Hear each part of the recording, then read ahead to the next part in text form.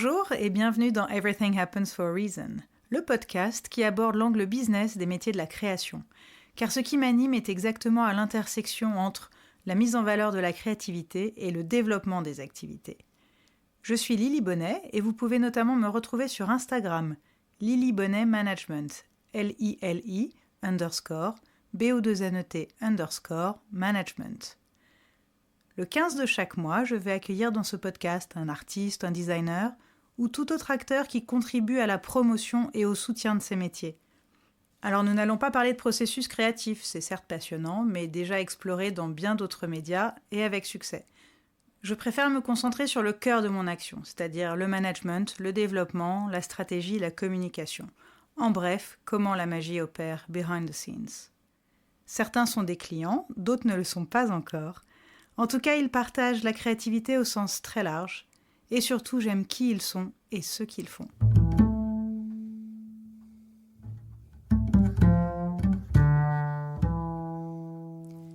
Qui sont les Crafties ? Les Crafties, c'est un duo de designers et scénographes composé de Jeanne-Martin Taton et Marie-Marie Vergne. Les Crafties, ce sont deux jeunes femmes qui viennent du Sud, respirent le Sud, vivent dans le Sud, malgré de brèves incartades nordistes pour leurs études et leur premier atelier, et expriment le Sud dans chaque centimètre carré de leur travail, qui s'inspire notamment de la faune et la flore méditerranéenne, mais aussi de leurs souvenirs d'enfance. Quand on rencontre les Crafties, on ressent immédiatement la joie, la complicité et la confiance qui les lie. Ce qui m'intéressait, c'était de comprendre comment elles ont commencé, comment elles travaillent en binôme, comment elles se répartissent les tâches, les éventuelles difficultés qu'elles peuvent rencontrer, et leur rapport à l'autre.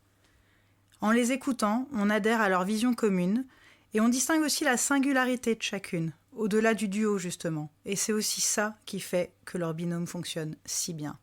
Rencontre avec le groupe de rock le plus doué en art appliqué de France, actuellement en tournée à Bruxelles pour le vernissage de l'exposition collective House of Dreamers à la Villa en Pin, curatée par Anne-Laure Lestage, puis à Hyères et Toulon pour la Design Parade du 22 au 25 juin, avant de s'envoler pour les États-Unis et notamment à Miami pour un projet en juillet.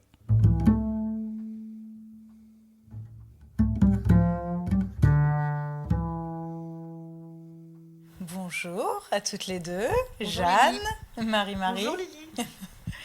Tout d'abord, merci d'avoir répondu à mon invitation. Je suis très heureuse de vous accueillir dans ce podcast. Everything happens for a reason.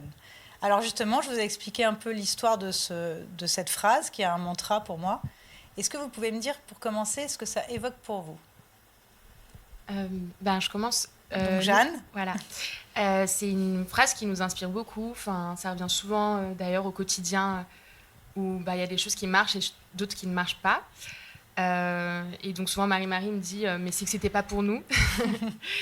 mais voilà, après on est quand même dans une dynamique, j'ai l'impression, où on essaye d'enclencher les bonnes choses et de provoquer un peu le destin de temps en temps. Marie-Marie ? Oui, c'est vrai que c'est une phrase qui résonne assez pour nous, parce que je pense qu'on a un fonctionnement, comme le disait Jeanne, à la fois assez instinctif, on va essayer de déclencher des événements, et en même temps les recevoir d'une manière assez naturelle, et pas d'avoir tous ces espoirs dans quelque chose, et pouvoir rebondir assez aisément. Super. Alors justement, on est dans un atelier, ça n'est pas le vôtre, parce que vous êtes à 7, vous allez nous raconter après. Est-ce que vous pouvez un petit peu expliquer où on se trouve ? Oui, alors donc on se trouve à Paris, au 49 rue Amelot, dans l'atelier d'Anne-Laure Vincent, qui s'intitule La Terre entière.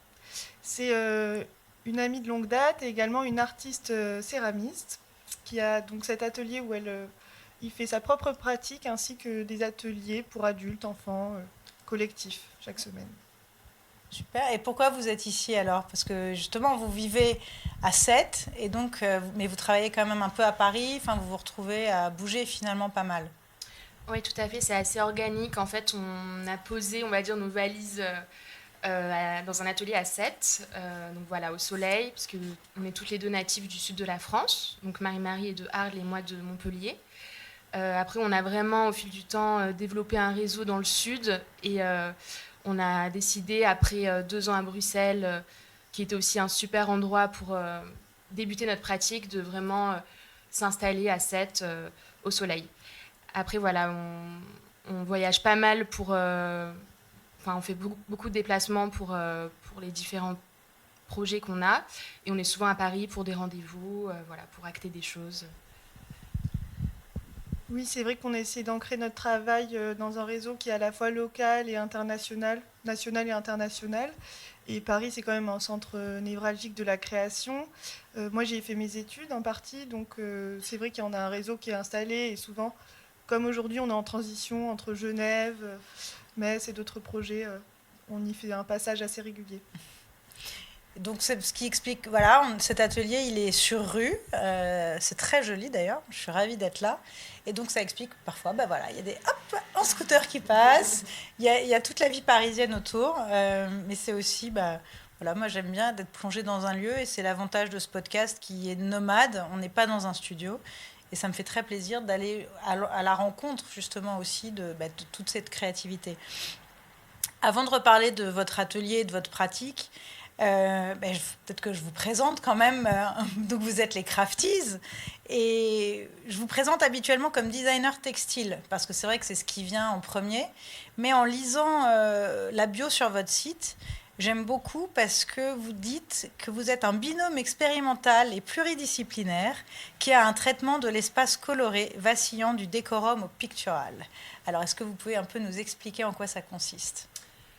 Oui, tout à fait. Donc, on est designer et scénographe. C'est un peu les deux termes qu'on utilise pour une formule plus restreinte. Mais après, au-delà de ça, on a fait des études en design textile, mais aussi en art visuel. Donc, c'est des formations assez complémentaires. On n'est pas resté dans l'échantillonnage textile, mais on a vraiment, je pense, appris à avoir une pratique de plasticienne, en fait. Et donc, l'idée, c'était de avoir donc ce médium textile, mais travailler aussi la couleur, travailler l'espace, travailler le motif, travailler de manière plastique, et donc d'être dans un tour d'horizon en fait de plein de techniques pour pouvoir faire motif et faire nos créations. Oui, c'est vrai que entre autres, on est designer textile, mais ça fait vraiment partie d'une de nos casquettes. Et on assume vraiment aussi, je pense, le fait d'avoir plusieurs casquettes, plusieurs cordes à notre arc, et venant de formation textile et art visuel, plutôt une vision panoramique d'un projet et pouvoir jouer avec toute liberté dans chaque opportunité. Super, et en fait ça vous permet vraiment de vous exprimer complètement, j'ai l'impression, c'est-à-dire que sinon c'est un peu réducteur, un seul médium, et là vous avez, on en reparlera un peu plus tard aussi, mais finalement vous avez tous les champs des possibles. Et vous utilisez notamment la technique de l'appliquer, est-ce que vous pouvez nous expliquer ce que c'est ? Oui, la technique de l'appliquer, c'est assez simplement le fait de coudre une surface de tissu sur un autre. À la différence du patchwork où il y a l'idée du négatif, qu'on va mettre le tissu dans un trou.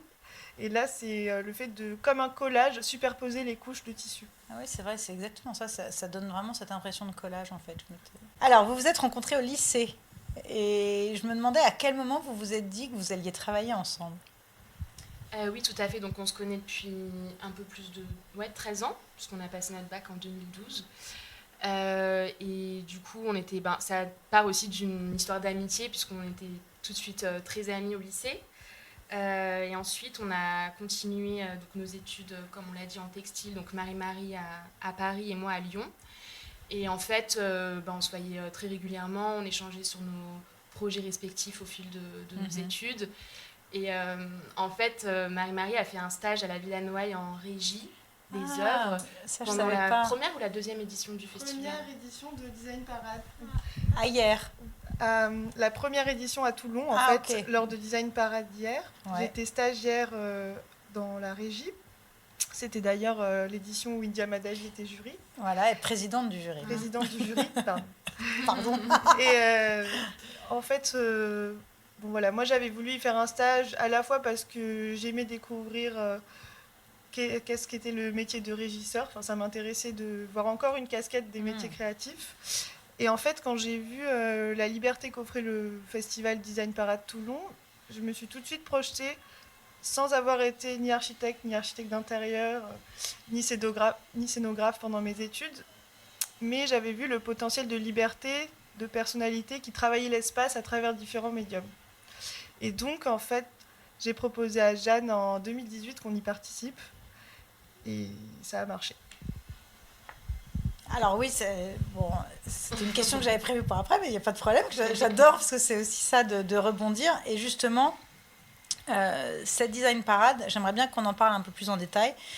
L'édition de 2017 à Toulon, la première design parade Toulon, j'ai eu la chance d'y aller justement puisqu'India était présidente du jury. Et alors, outre l'ambiance que j'ai adorée, parce que c'est très festif, et puis on se retrouve, moi c'était la première fois que j'allais à Toulon, en plus je connais pas ce sud-là, moi je viens du sud-ouest, donc j'ai moins de repères là-bas, mais j'ai vraiment, vraiment adoré. Et surtout, je trouve que c'est très encourageant de voir la place et l'énergie qui sont données à la promotion de la jeune création. Donc, je comprends mieux maintenant. J'allais vous demander pourquoi vous aviez choisi la Design Parade. Maintenant, j'ai déjà la réponse. Et finalement, j'aimerais bien que vous me parliez un peu plus de cette expérience d'y avoir participé et en quoi ça a été certainement un tremplin, parce que c'est justement là qu'India vous a repéré finalement. Oui, complètement. Nous, on était vraiment assez séduites, comme Marie-Marie le disait, des enjeux en fait de ce festival ou de ce concours, où voilà, il y a une certaine transversalité dans les domaines de création, et on a pu y prétendre en n'ayant aucune base en architecture intérieure et vraiment avec notre regard de textilienne entre guillemets. Et donc en fait, on s'est vraiment lancé dans la préparation de ce dossier en parallèle de nos études d'ailleurs, où on a fait vraiment une proposition qui nous ressemblait, notre première grande fresque, donc sous forme d'un rideau de 8 mètres, voilà, donc en collage, avec tout un panel d'objets qui allait autour. On s'est vraiment éclaté en fait, c'était vraiment pour nous un terrain de jeu assez incroyable. Et ça a payé en fait, on a été parmi les 10 finalistes. C'était Pendeloque. Ouais, le projet ça, Pendeloque, ouais, tout à fait. Donc voilà, inspiré aussi d'un sud de notre enfance, voilà, donc toutes ces couleurs. Le pique-nique à la plage. Exactement, les transats, les mobiles qui vacillent au bruit du vent, enfin tout y était. Et donc on était parmi ces 10 finalistes, et donc on a pu faire ce projet échelle 1. Et c'était pour nous assez incroyable, tant dans la dynamique, comme tu le disais, du festival, que dans les rencontres, et cet esprit très familial au final. Oui, je suis d'accord.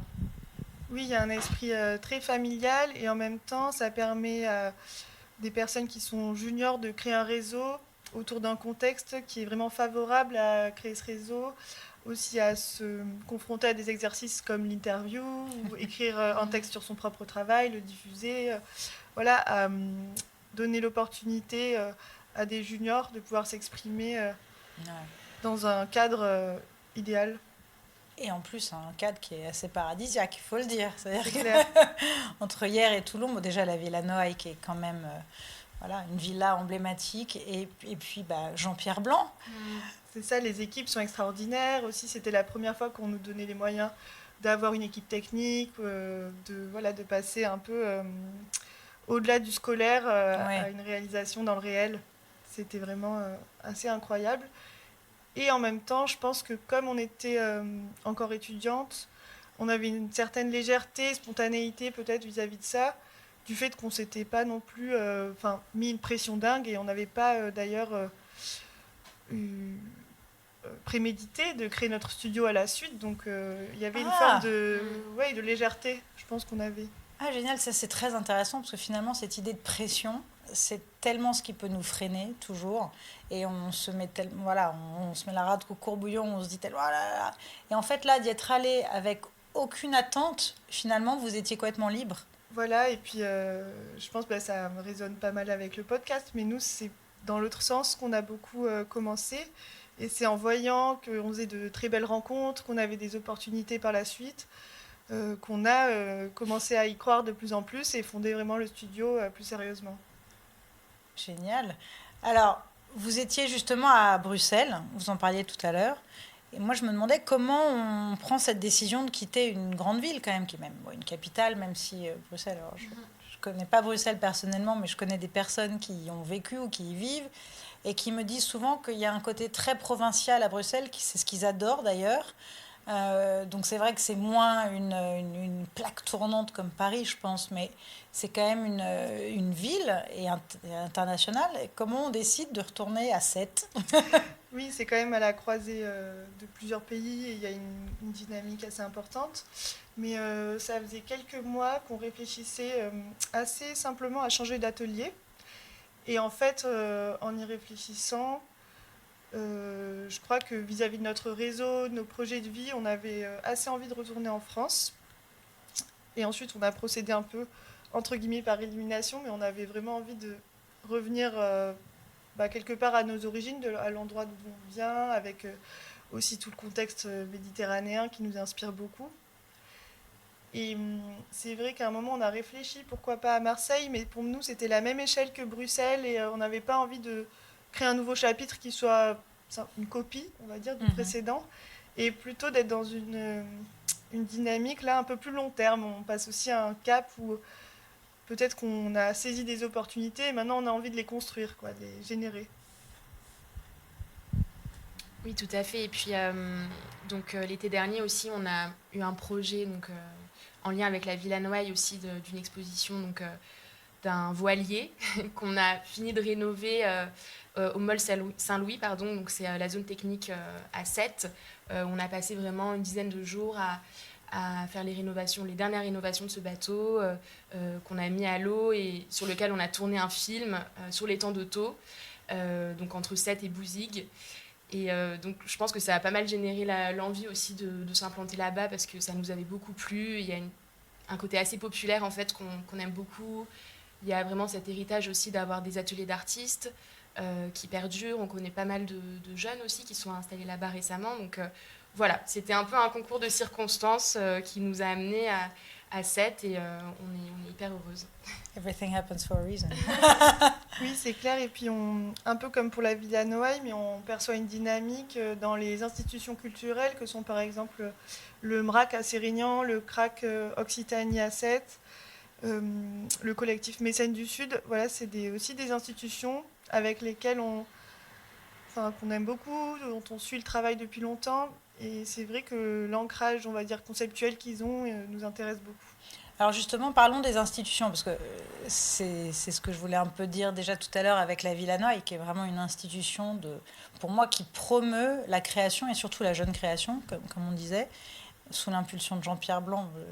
J'ai fait un name dropping, mais parce que j'aime beaucoup Jean-Pierre, et qu'en plus j'espère l'accueillir aussi dans ce podcast.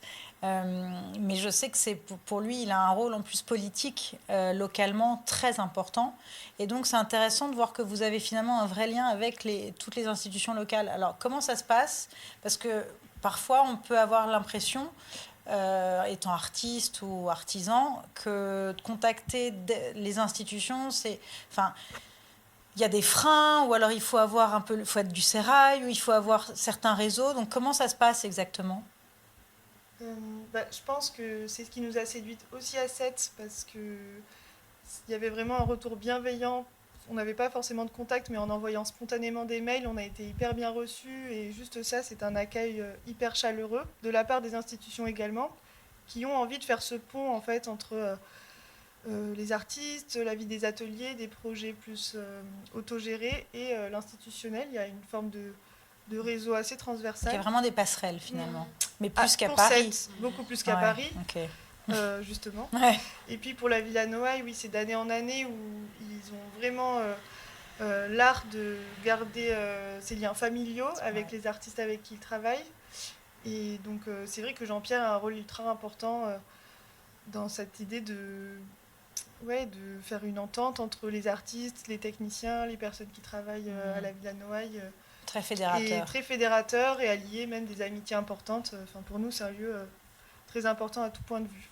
Alors justement, par rapport à Sète, au-delà de ce que vous nous avez dit, qui est très intéressant sur ce choix, je me suis demandé aussi si de retrouver le Sud, qui est donc, comme vous le disiez, finalement, votre principale source d'inspiration, votre Sud natal, c'était pas aussi une façon pour vous de vous rapprocher de vous-même? Est-ce que vous étiez un peu perdu à Bruxelles? Enfin, c'est une idée que je me fais, peut-être juste, et vous aviez besoin de vous reconnecter, de vous rapprocher de vos familles respectives aussi, et donc de vous-même? Oui, je pense que inconsciemment ou pas, ça joue. C'est vrai que le contexte, la passerelle Bruxelles, c'était assez contextuel. En fait, moi, je venais de finir à la Aide, à Genève. Je pouvais pas vraiment rester et accueillir non plus Marie-Marie parce que bon, voilà, c'est pas du tout le même contexte au niveau financier pour trouver un atelier, etc. Et en fait, on devait se rapprocher physiquement parce que finalement, on travaillait à distance et ça devenait très compliqué. On faisait beaucoup de voyages. Quand on avait des prods, on devait aller chez l'une, chez l'autre, sans vraiment d'atelier, etc. Donc ça commençait à être un peu trop camping. Et au final, cette opportunité d'aller à Bruxelles, c'est aussi né d'un collectif et d'un lieu alternatif qui s'appelle la Brasserie Atlas qu'on a intégré, qui est un lieu à Anderlecht. Et donc c'est une ancienne brasserie. C'est un genre d'anti-squat, en fait, où c'est tout à fait légal, mais en gros, on paye que les charges quand on est artiste là-bas. Et donc pour nous qui commencions et qui étions aussi financièrement assez ledge, on a sauté sur l'occasion et du coup on a vraiment passé un moment, 2 ans dans cet atelier qui était super pour débuter, mais au final on voulait un peu plus de chaleur et un peu plus de confort aussi quand on a pu. Et au fil des projets qui s'avéraient aussi de plus en plus grands. Et donc voilà, assez naturellement, on a voulu trouver un endroit plus confortable et plus accueillant. Enfin, je voulais pas dire ça, mais plus confortable. Et alors, financièrement, justement, parce que, il est vrai que quand on se lance, c'est souvent un challenge, cet aspect financier. Alors, comment vous avez fait? Vous aviez des financements? Vous avez eu besoin de financement? Ou non, finalement, vu que t'expliquais que vous étiez chacune un peu dans sa ville et donc vous collaboriez à distance, donc besoin évidemment d'être ensemble parce qu'un binôme travaille quand même beaucoup ensemble, c'est le principe. Et donc financièrement, comment ça s'est passé? Expliquez-nous un peu. Après le concours Design Parade Toulon, on a eu une première grosse commande. Je pense avec India aussi, le projet à Saint-Tropez, donc une super villa qu'elle a rénovée, donc la Florentina à Saint-Tropez, où du coup elle nous a invités à décorer un cinéma en tissu. Et donc ça, c'était vraiment la première grosse commande significative. Il y a tout un truc cyclique qui s'est mis en fait en route, où les commandes pouvaient nous faire vivre et nous faire aussi élaborer d'autres projets, parfois moins pécuniers, mais qui sont aussi qui nous ont servi conceptuellement. Et, il y a tout quelque chose d'assez cyclique qui s'est mis en place. Oui, déjà, on parlait un peu de notre définition tout à l'heure et le mot qu'on utilise aussi parfois, c'est ensemblière. Et je voulais ajouter ça juste par rapport au fait qu'on s'est aussi ancré dans une nouvelle génération autour des arts décoratifs et on va dire une autre perception des arts visuels où cette idée de commande, ça permet de ne pas forcément avoir à investir d'argent, mais être payé pour son travail d'artiste et pouvoir, disons, penser comme un artisan les matériaux, le nombre d'heures. Et c'est vrai que, on aimait beaucoup l'idée de aussi s'intégrer dans le monde des arts décoratifs et pouvoir générer son économie comme telle. Génial. Alors justement, le prix, comment on fixe son prix avec India Madhavi qui donc vous a repéré à la Design Parade. Comment ça s'est passé avec India aussi? Est-ce que tout de suite elle vous a rencontré, vous dit ah mais c'est génial, j'ai trop envie qu'on travaille ensemble, on verra comment ça s'est passé? C'était, disons, avec moins d'enthousiasme, mais dans l'intention, c'était un peu ça. Parce que déjà, elle nous a fait l'honneur d'acheter notre première réalisation, qui était la réalisation Pendeloque qu'on avait faite pour Design Parade. Déjà, elle nous l'avait acheté, mais ou alors elle avait son idée derrière la tête, mais sans nous le dire, sans ambition particulière. Alors, vu que j'étais behind the scenes, je peux le dire, je crois qu'elle n'avait justement pas du tout d'idée, mais elle avait très envie, en effet, finalement, ça lui a plu, puis d'investir aussi sur cette jeune création, je pense. Et ensuite, oui, elle l'a présentée à la Project Room. Exactement. Donc ça, c'est une consécration aussi. Exactement. Et donc, on avait déjà établi le contact avec elle et elle est venue vers nous quand même assez spontanément pour nous proposer ce projet très ambitieux qu'on a accepté. On a saisi l'opportunité. Alors oui, je t'interromps, mais est-ce qu'on saisit l'opportunité tout de suite dans ce cas-là, ou est-ce que la prise de décision est un peu plus... Est-ce que vous avez senti de la pression, de la peur? Est-ce que vous dites... Non. tout naturellement. Je pense que le fait d'être deux, c'était surtout de l'énergie et une dynamique qui nous mettait en confiance et qui faisait que même si on n'avait jamais eu un projet aussi ambitieux, on allait tout mettre en œuvre pour réussir. Et non, c'était pas de la peur, c'était plutôt de l'énergie. Oui, tout à fait, de l'énergie positive. Et aussi, on était tout simplement très heureuse de travailler avec India parce que c'est aussi des projets dans l'univers du luxe et de l'artisanat vraiment de très haut vol, en fait. Donc, pour nous, on va dire, mettre notre travail à ce niveau-là, c'était vraiment une chance et une belle consécration, en fait. Et alors, ce prix, j'y reviens, parce que, alors on ne va pas dévoiler vos tarifs, ce n'est pas le but ici. En revanche, ce qui m'intéresse, c'est de savoir, est-ce que ça a été assez naturel pour vous de déterminer le prix, notamment pour cette première commande? Ou est-ce que, enfin, tu parlais tout à l'heure, Marie-Marie, tu parlais de matières premières et du nombre d'heures. Donc c'est ça, vous évaluez un petit peu en amont le temps que ça va vous prendre, c'est comme ça que vous fixez le prix finalement. Oui, tout à fait. On a aussi fait un système de forfait. On a une part vraiment plus de la création graphique. Voilà, donc ça va être un dessin original. Donc quel dessin, quelle dimension. Donc sur un thème que le client nous donne ou pas d'ailleurs, une gamme colorée qu'il voudrait ou pas.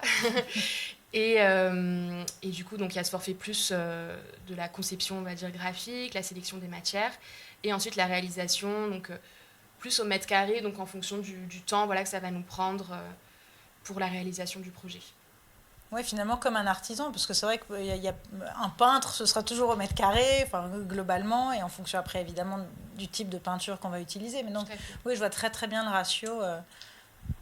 Oui, c'est vrai que c'était la façon la plus évidente pour nous de fixer notre prix. Et comme, aussi, je pense qu'on en reparlera, mais Crafties, ça englobe un côté très artisanal. C'est voilà, un peu la façon qu'on a trouvé. Et finalement, il y a la rémunération du travail conceptuel d'un côté et la rémunération de la réalisation de l'autre. Ok, super. Ouais, je vois très bien. Ça me semble très logique aussi. Et vous avez quand même eu pas mal d'autres commandes. J'ai vu notamment Claude Cartier à Lyon, son appartement Inside. Vous aimez bien ce travail de commande, finalement, c'est aussi ça qui vous permet de vivre de votre art. Est-ce que c'est toujours différent? Est-ce que vous avez un peu une même ligne, un process que vous suivez? Comment ça se passe? En tout cas, comme on vient aussi de l'art appliqué, on n'a pas de mal à avoir de la contrainte. C'est même quelque chose qui nous challenge et qu'on aime bien. Bien qu'on aime les cartes blanches et créer nos propres projets, mais on a aussi plaisir à avoir des contraintes. Et donc nous, on aime beaucoup, je pense, travailler à la commande et avoir les échanges avec le client. Tout l'aspect recherche et développement, en fait, le choix des matériaux, des couleurs et s'intégrer à un espace et à un contexte aussi. Oui, par exemple, on a fait un projet à Genève pour un lieu qui s'appelle Pulse, qui est un incubateur pour des personnes émergentes dans divers milieux. Et là, il y avait plus un enjeu aussi fonctionnel, parce qu'on a fait des rideaux qui devaient être acoustiques. Et au niveau du graphisme et de l'esthétique, qui devait vraiment reprendre la charte graphique qui était déjà existante pour ce lieu. Donc un bleu très dense qu'on n'avait jamais utilisé, des choses très graphiques, de l'univers de l'informatique, des choses...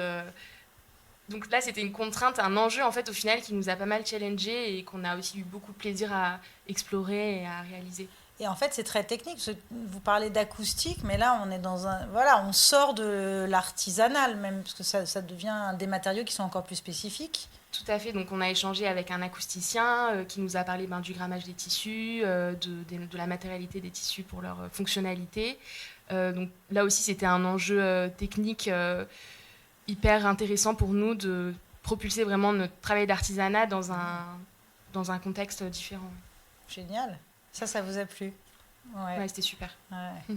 Et alors, justement, le sourcing des matériaux, vous faites comment? Parce que vous avez aussi beaucoup travaillé dans l'upcycling. Comment vous faites pour trouver tous ces matériaux? Il y a un sourcing assez divers. Comme tu disais, il y a beaucoup de tissus recyclés. Enfin, on va notamment sourcer ces tissus à la vieille usine, qui est un endroit à côté de Valence. qui répertorie pas mal de matières, donc des invendus ou alors des fins de stock d'entreprises. Et ça, on aime bien les coupler avec d'autres tissus, plus des éditeurs qu'on aime bien. Notamment, nous, on adore les Olivades qui sont basées. Donc, c'est local aussi. complètement. Donc en Provence. Et on aime bien utiliser aussi leurs imprimés très spécifiques. Typiques. Typiques pour les intégrer dans nos patchwork. Donc voilà, c'est un peu un mix.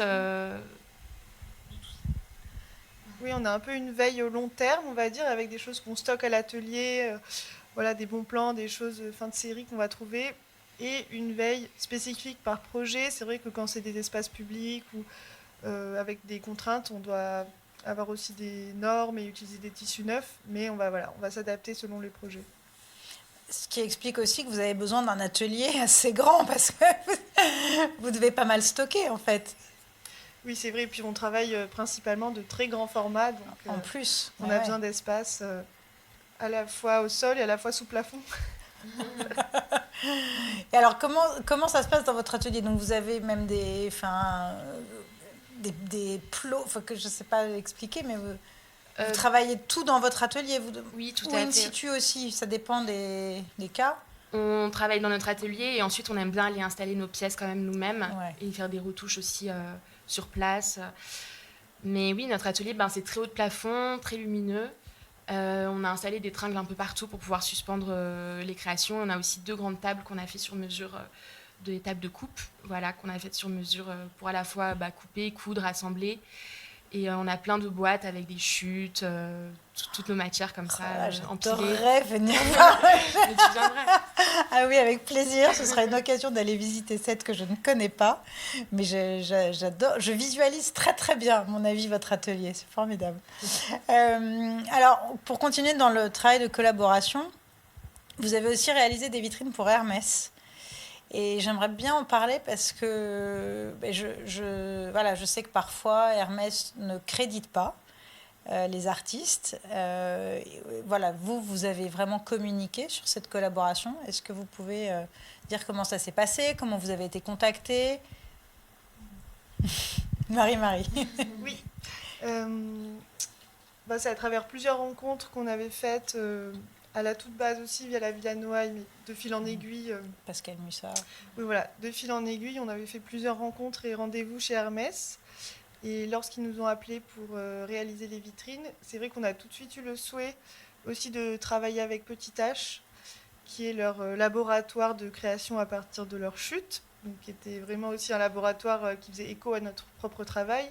L'upcycling, encore une fois. Tout à fait, et c'est vrai que les scénographies et les vitrines sont souvent un univers qui utilise des matériaux finalement jetables, donc c'est un peu dommage. Et nous, on a eu la volonté de faire un peu l'inverse et d'utiliser des choses durables déjà à la base, qui étaient leur chute, et réutilisables ensuite par la suite. Oui, tout à fait. Et c'était aussi une manière de réinjecter l'esthétique de la maison aussi plus dans l'univers de la scénographie, puisqu'on a pu récupérer par exemple des tissus en satin destinés à faire des cravates avec des petites taches comme ça imprimées, qui étaient super à réemployer pour constituer ces vitrines. Et c'est aussi ce qui nous plaît dans le fait d'artisanalement assembler divers tissus et de nature différente. C'est essayer de créer un genre de vitrail en fait en tissu, avec jouer avec les brillances et les qualités différentes. Une de nos autres casquettes, c'est vraiment artiste et avoir une forme de signature et de vouloir poser les pièces dans l'espace pour être sûr que tout est parfait, quoi. Bien sûr. Donc ça faisait partie de vous, finalement, de votre cahier des charges que vous avez voulu presque négocier, imposer avec la maison au début de votre collaboration? On leur a pas donné le choix, mais on a dit que nous, on était là pour installer. Oui, c'est vrai qu'ils ont aussi des équipes sur place, mais on est allé avec eux faire l'installation, même des produits, la sélection, etc. Parce que nous, on tient toujours à faire les choses un peu jusqu'au bout et d'avoir une vision globale. Bravo, mais bravo d'arriver à vous imposer finalement, c'est très naturel pour vous, j'adore parce que c'est genre, ah oui, non, mais on se pose même pas la question en fait, pour nous c'est comme ça, mais c'est super parce que ça fait partie comme tu le dis, de votre prestation, mais c'est au-delà, c'est de votre art. Donc vraiment, c'est... Non, bravo. Hein. Je me demandais aussi comment vous vous voyez évoluer dans votre travail.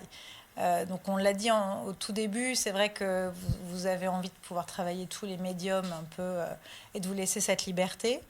Mais plus précisément, est-ce que vous avez une stratégie de développement? Ou est-ce que non, c'est très organique et encore une fois, vous vous laissez un peu porter par les opportunités? Non, je crois qu'on a aussi des envies, bien sûr, où là, on va de plus en plus, on a parlé beaucoup des pièces, d'artisanat, des pièces uniques faites à la main, etc. Mais de plus en plus, aussi, on veut aller vers le multiple et voilà, l'édition d'objets. Pourquoi pas auto-éditer quand on pourra aussi se le permettre. Et en tout cas, aller vers le multiple et vers voilà, des objets au-delà de l'artisanat fait à la main, mais avoir ce regard très créatif dans un contexte voilà, plus étendu. Oui, c'est vrai aussi d'avoir beaucoup dessiné pour des pièces uniques ces dernières années. On a aussi un plaisir finalement à travailler le dessin à la verticale et la fresque. Et c'est vrai qu'on a aussi des prochains projets qui vont peut-être s'exporter sur un format plus peint ou plus plat ou plus dur, pas seulement le textile. Donc il y a vraiment ce travail de la fresque et du panoramique dans l'espace qui est très important aussi, la question de l'échelle et pas de l'illustration à petite échelle. Et pourquoi pas exporter notre travail dans des contextes aussi un peu plus fictifs, entre guillemets, qui seraient le décor de théâtre ou le décor de défilé. C'est vrai qu'on a vraiment un peu cette envie entre l'édition et le multiple et les projets d'exception dans des contextes narratifs. Top, je vois très bien. Et alors, vous parlez par exemple de défilés, etc. Vous avez des marques ou des designers avec qui vous rêveriez de travailler? Ou vous voulez peut-être pas en parler? Hein. Non, mais ça, on n'y a pas trop. Pas pensé? Non. C'est pas grave. On n'y a pas pensé. Comme ça, vous allez y réfléchir. Je vous ai donné une nouvelle fenêtre là. Tiens, oui, mais en fait, pourquoi je vous pose ça comme question? Parce que j'ai ce truc un peu quantique de parler à l'univers. Et je trouve que voilà, quand on formule finalement assez clairement nos souhaits, tiens, je rêverais de travailler avec, je sais pas moi, tu vois, la maison. Bon, vous avez déjà travaillé avec Chanel, ça pourrait être avec Hermès, pardon, ça pourrait être Chanel. Tiens, on adorerait faire le défi, voilà, un backdrop pour les prochains défilés Chanel, j'en sais rien. Donc, mais finalement, de le formuler, c'est aussi comme ça que les choses arrivent et arrivent for a reason. Je pense que ça vient pas tout là autour de la question, mais on discute toute la journée, donc je pense qu'on l'a formulé sûrement à l'univers quelque part. J'adore. Alors c'est drôle parce que donc tu dis on discute toute la journée. Donc j'aimerais un peu revenir sur votre binôme finalement, parce que c'est vrai que vous vous êtes associés, encore une fois, très naturellement, et puis en plus même à distance pour commencer, donc, ce qui est très rare, j'en ai rarement rencontré. Alors, c'est un travail donc, à 4 mains, toujours, donc 2 cerveaux. Qu'est-ce que ça vous apporte? Tu parlais tout à l'heure de confiance, finalement, c'est vrai que ça, et d'énergie. Je trouve que c'est très intéressant. Mais qu'est-ce que ça vous apporte de plus peut-être? Et surtout, j'imagine qu'il y a beaucoup de challenges, voire de difficultés à travailler peut-être ensemble. Est-ce que vous pouvez un peu nous raconter tout ça? Après, il y a plusieurs choses. Donc c'est vrai que surtout au début, la confiance, l'énergie et même, on va dire, l'autocritique dans les projets pour pouvoir développer conceptuellement peut-être plus vite. On a tout de suite un regard critique sur les idées. Aussi, le fait de travailler des grands formats, c'est bête, mais d'avoir 4 mains, ça aide à aller plus loin dans les formats. Et le fait d'être 2, de pouvoir se démultiplier et parfois faire plus de projets en même temps. Donc c'est vrai que pour le début, c'était vraiment une force, enfin, ça l'est toujours, mais je pense de plein de choses positives qui ont fait qu'on a voulu, même à distance, faire perdurer l'aventure. Oui, tu parlais des difficultés, mais honnêtement, il y en a très peu. Hein. Dans notre duo, on est vraiment très dans l'émulation, en fait, dans quelque chose de très énergique, où on ne se pose pas trop la question. Enfin, il y a vraiment une force où on arrive vraiment à en faire pas 2 fois plus, mais 6 fois plus. C'est assez dingue.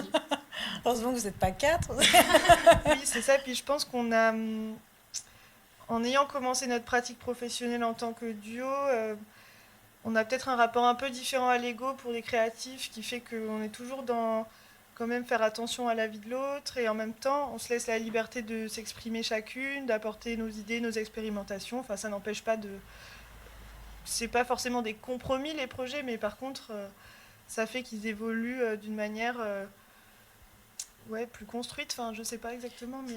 C'est très intéressant que tu parles d'ego, parce que évidemment, dans tous ces métiers de la création, il y a des égos qui sont quand même, en général, un peu plus présents que dans d'autres milieux, et encore.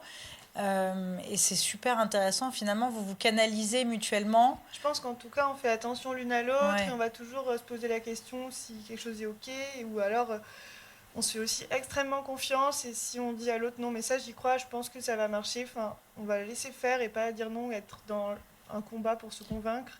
Donc c'est vrai que c'est plutôt porteur. Top. Parce que justement, je me demandais s'il y avait aussi l'une des deux qui parfois freinait l'élan de l'autre. Non, pas du tout. Non, en fait, on est assez raisonné et raisonnable. Je crois que... Enfin voilà, c'est vraiment une discussion aussi où je pense qu'on se connaît depuis très longtemps et du coup aussi on a... C'est un apprentissage en fait et on a vraiment appris à travailler ensemble et on se fait confiance pour que ça marche en fait et du coup c'est assez raisonné et on n'a pas... Enfin, on fait pas vraiment d'écart où il y en a... On n'est pas dans les extrêmes non plus, on est souvent assez au clair et assez d'accord en fait. Oui, puis il y a ce truc où on se fait confiance et on sait que l'autre va tout donner et même si elle fait une erreur ou si des fois bah, il y a forcément des boulettes qui arrivent, mais c'est ne pas aussi s'en vouloir, ne pas être dans la rancune ou dans ce truc, enfin c'est Ni juste... la culpabilisation. ni la culpabilisation et enfin voilà, c'est juste assez humain quoi. Ça rend le travail voilà, peut-être un peu moins égo trip et plus humain, je sais Mais pas. génial, vous avez une posture hyper saine finalement, je trouve. C'est bien, hein, bravo, parce que c'est pas facile du tout. Et tu parles beaucoup de confiance. C'est un mot qui revient énormément dans ce que tu dis, Marie-Marie, et j'adore parce que je trouve que c'est en effet tellement la base du travail d'abord personnel, hein, pour son chemin personnel dans la vie en général, mais surtout pour travailler. C'est-à-dire que c'est hyper important d'être tellement convaincu qu'on en est convaincant. Mm. Et donc aussi de se dire, bah, c'est plus facile de se positionner, j'imagine. Je reviens à cette idée de fixer son prix, etc. C'est quelque chose que moi, je travaille pas mal en coaching avec les personnes que j'accompagne, cette idée de positionnement et donc de posture. Mais je trouve que c'est très intéressant de voir à quel point pour vous, encore une fois, c'est naturel. Ça tient beaucoup de l'inné, j'ai l'impression, finalement. En tout cas, bah, c'est vrai qu'au niveau financier et tout ça, on n'a eu aucune formation, enfin peut-être quelques cours pendant nos BTS respectifs, mais pour reparler encore une fois de confiance, on vient par contre toutes les deux de contextes familiaux où on nous a beaucoup poussé à faire ce qu'on voulait, ce qu'on aimait. Et ça, on est partis toutes les deux avec un terreau familial vraiment fertile, quoi, gai, fertile, et où on n'a pas eu à avoir de doutes sur le métier qu'on allait faire. On avait aussi décidé très jeune de faire un lycée à appliqué. Et le fait d'avoir pas eu à penser à autre chose, c'était quand même, je pense, quelque chose de très favorable à débuter aussi jeune. Ouais. Ça m'émeut beaucoup ce que tu dis, en fait, parce que c'est vrai que souvent, on doit se battre pour arriver à exprimer une pratique créative, artistique. Je trouve que c'est très très beau. Justement, je me demandais si vous aviez envie de célébrer, remercier quelqu'un. Bah, je trouve que ouais, vous remerciez vos familles en fait. C'est très beau. Hein. Et bravo à eux parce que c'est vraiment pas facile pour des parents de forcément laisser toute cette amplitude à un enfant pour s'exprimer complètement. Et puis tu dis bah, vas-y. Et finalement, vas-y. Et puis bah, si ça marche, génial. Ça marche pas, tu pourras toujours faire autre chose. On verra. Mais on est là, on est présent, on t'entoure. Bah, ouais. Ils sont présents et ils sont aussi assez fans de ce qu'on fait. C'est pas mal. Bien sûr, c'est vos premiers fans. Mais c'est génial. Quelle chance. Bravo. Vraiment, ça me touche beaucoup. Ouais. Et alors, qu'est-ce qui vous plaît dans le travail en indépendant, justement, d'être finalement voilà, livré à vous-même, mais dans cette liberté, mais parfois, bah, c'est pas toujours simple non plus. Mais qu'est-ce qui vous plaît là-dedans? C'est de pouvoir planifier tout de manière assez organique et de ne pas avoir des semaines millimétrées où tout se ressemble, mais plutôt voilà, de faire nos plannings, de se répartir le travail, de pouvoir travailler ailleurs aussi. Enfin voilà, c'est vraiment quelque chose d'organique. Et voilà, de pouvoir être sur le terrain, ensuite de se reposer une semaine. Enfin voilà, c'est Oui. vraiment un luxe et quelque chose qu'on apprécie beaucoup. Et alors, tu parles d'organisation, justement. Dans votre binôme, est-ce que vous avez des tâches réparties très clairement? Est-ce qu'il y en a une qui fait tout le temps ça, l'autre tout le temps? Ou est-ce que chacune peut faire même des relances de factures, des trucs hyper relous, mais est-ce que, voilà. C'est assez équilibré, en tout cas dans le type de tâches entre nous deux. Mais par contre, on a parfois des projets plus alloués à l'une ou à l'autre, en fait. Enfin, pas vraiment les projets en entier, mais peut-être des petits Des trucs qu'il faut phases. suivre. Voilà, des phases, un suivi, en fait, qui est tout simplement aussi plus simple si c'est qu'une personne qui gère. Et donc là, on a peut-être 3 4 choses en même temps, chacune, qu'on gère indépendamment. Puis on fait des réunions pour... Des réunions parce que vous ne voyez pas assez. Voilà, c'est ça, des points. Bah, bien sûr. Et les crafties, parce que c'est quand même un nom que j'aime beaucoup. Et bon, j'aurais pu en parler un peu plus tôt, mais c'est comme ça que ça a évolué. Mais les crafties, alors moi j'adore ce nom. Pourquoi? Parce que c'est Frenchy. Donc tout de suite, vous êtes hyper identifié. Autant pour les Français, justement, qui ont besoin aussi de savoir que vous venez d'ici, mine de rien.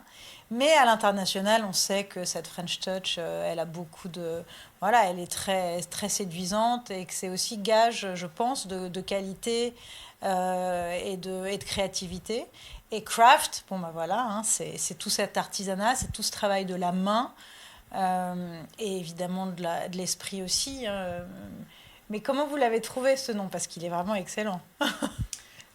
On y a pas mal réfléchi. C'est vrai que c'est pas arrivé tout de suite. Le nom, c'est jamais évident. Mais voilà, on aimait bien l'effet DIY et aussi un peu second degré aussi. Et comme si on était aussi un groupe de musique tout le temps en tournée. Parce qu'on est tout le temps un peu en montage à gauche, à droite. C'est voilà, vrai tu que l'as dit. ça fait rock band, quoi. C'est vrai. Oui, puis même dans le fait d'être deux, de être facilement identifiable, même si personne connaît nos prénoms, c'est vrai, c'est une crafties.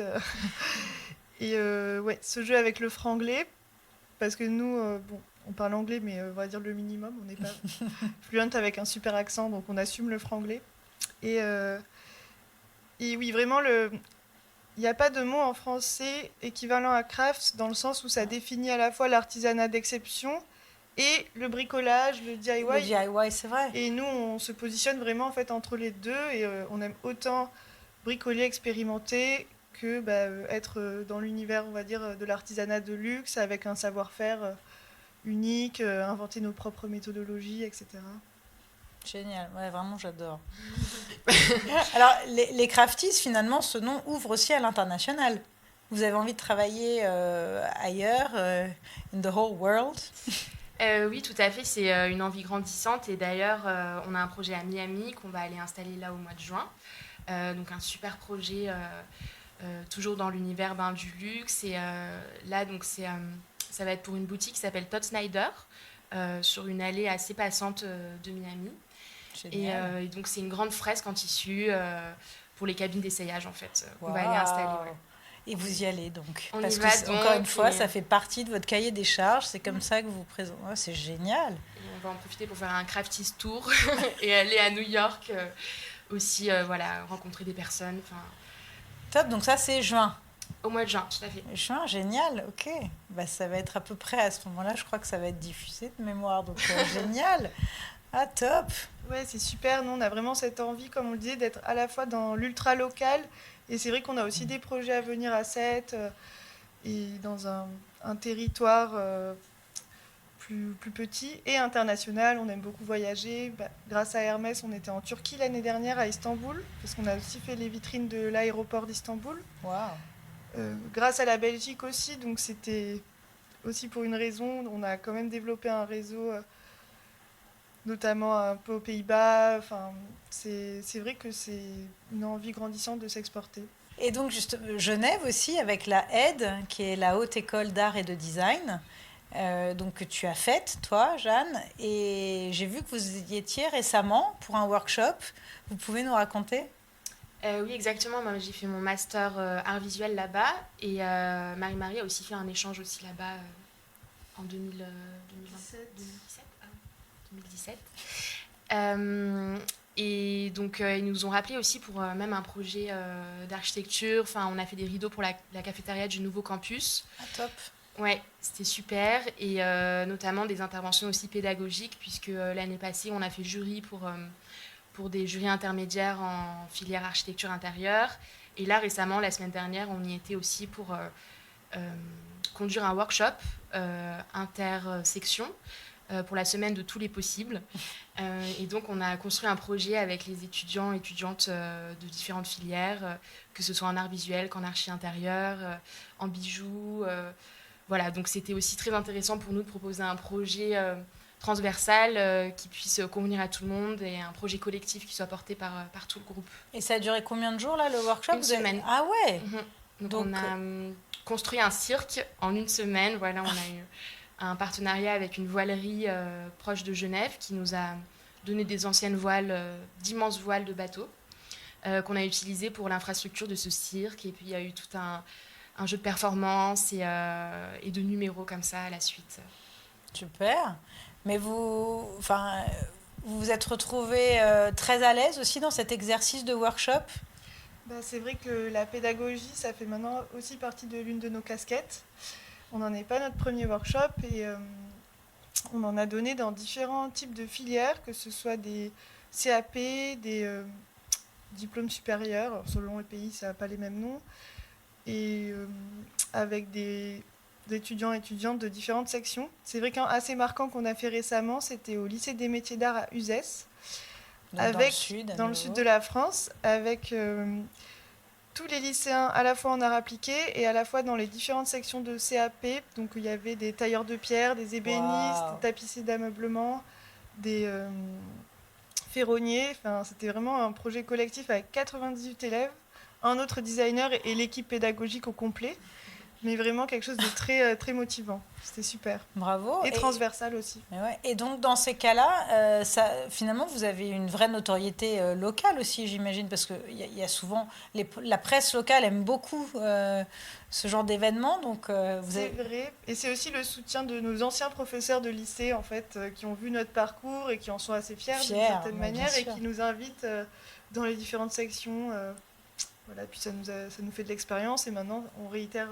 dans plusieurs types d'établissements. Top. Et alors, est-ce que dans ces étudiants, vous repérez un peu des futurs peut-être recrues potentiels? Ou est-ce que vous vous êtes dit, tiens, on aura peut-être besoin de stagiaires à partir d'un moment? Est-ce que vous voyez aussi votre équipe grandir? Ou est-ce que les crafties, ce sera toujours un duo? Ou est-ce que ça va vraiment devenir un vrai groupe de rock? Si, on a déjà eu des stagiaires, notamment des personnes de différentes aussi, sphères, mais plus le textile ou la scénographie. Et on a aussi parfois des personnes en freelance qui viennent nous prêter main forte pour vraiment des grands projets d'envergure. Et on essaye aussi au maximum de sous-traiter des petites missions de comptabilité. Enfin, voilà. On commence vraiment à essayer de se positionner vraiment plus dans la part créative et essayer de faire confiance encore une fois et déléguer aussi à des personnes avec qui petit à petit on a une relation qui est établie et qui est dans une confiance générale. Déléguer, ce grand mot qui fait souvent peur. Non, c'est vrai qu'on se voit bien grandir et avoir d'autres personnes autour de nous, mais pour la part direction artistique, on sait que c'est hyper précieux ce qu'on a avec Jeanne, que on se voit plus faire nous la direction artistique et la part créative avec des équipes, petit à petit, des gens qui viennent nous aider. Pour l'exé, etc. Et comme tu disais, même la compta. Après, c'est ça qui est important, je pense, quand on est indépendant, c'est d'identifier vraiment sa zone de génie. C'est-à-dire là où on est, où on est dans le kiff, où on est dans le flow, où vraiment, le temps passe, on ne s'en rend pas compte, et c'est là qu'on est le meilleur. Et donc, il y a aussi des moments, je trouve que c'est intéressant de savoir tout faire quand on se lance, parce qu'aussi, ça permet de plus facilement échanger avec les prestataires qui pourraient reprendre ces missions après, en freelance, etc. Mais voilà, il y a un moment où il faut se dire, ok, je sais que là, c'est pas là que je m'éclate le plus, et mon temps vaut plus que d'aller justement faire appel à un prestataire spécialisé. Oui, c'est important, mais je sais que c'est un des challenges du travail en indépendant, et c'est vrai qu'il y a pas mal de personnes qui aussi parfois ne se rendent pas compte du temps et donc de l'argent qu'elles vont gagner en allant investir dans du freelance, dans la sous-traitance. C'est un terme qui n'est pas très joli, mais c'est vraiment ça. Oui, après c'est vrai que nous on est dans un schéma où l'art et la vie sont intrinsèquement liés, donc c'est pas si évident de compartimenter les moments de travail et les moments de loisirs, puisque en fait notre loisir c'est un peu notre travail aussi. Donc, il y a peu de frontières. Il y a peu de frontières, ce qui est aussi assez heureux en fait, au final tout se répond. Mais des phases aussi où ça va moins bien, il n'y en a pas énormément en fait. Ouais, comme tu disais Marie, on se tire quand même vers le haut et en général ça roule. Après il y a le facteur amitié aussi qui revient dans notre schéma particulier où ça nous arrive aussi de sortir et juste un peu enlever la casquette crafties et parler d'autres choses. Et bon, c'est pas si évident parce que c'est vrai que des fois ça peut faire qu'on discute travail en soirée, mais on peut aussi déconnecter de temps en temps. Et qu'est-ce qui vous aide à déconnecter ? D'autres amis. Ouais, c'est ça, de sortir un peu de votre vase clos. La famille aussi, bien sûr. Non, après on a plein de passions à côté. Enfin, on a plein d'amis de différents groupes. Ouais, c'est assez fluide en fait. Bon, et alors j'aimerais terminer par un mot, votre dernier mot. C'est la question signature de ce podcast. Et donc, j'aimerais savoir quel est votre mot préféré dans la langue de votre choix. Alors, exceptionnellement, vu que vous êtes deux, vous avez le droit à un mot chacune, sauf si vous avez envie d'en donner un en commun. Mais Jeanne ? Moi, c'est un mot que Marie-Marie t'a déjà dit. La confiance. Non, je dirais ensemblière.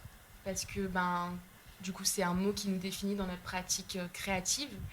Mais aussi, je trouve que c'est un joli mot de travailler ensemble. Et au féminin, voilà. Très joli.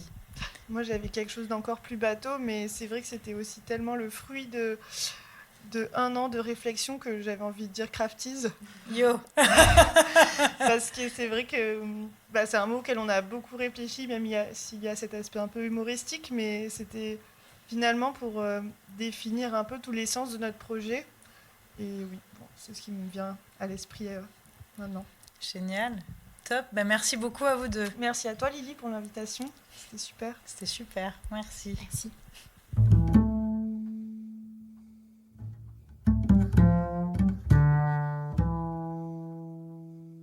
Merci d'avoir écouté cet épisode. J'espère qu'il vous a plu et qu'il vous aura donné envie de le partager, voire de le réécouter.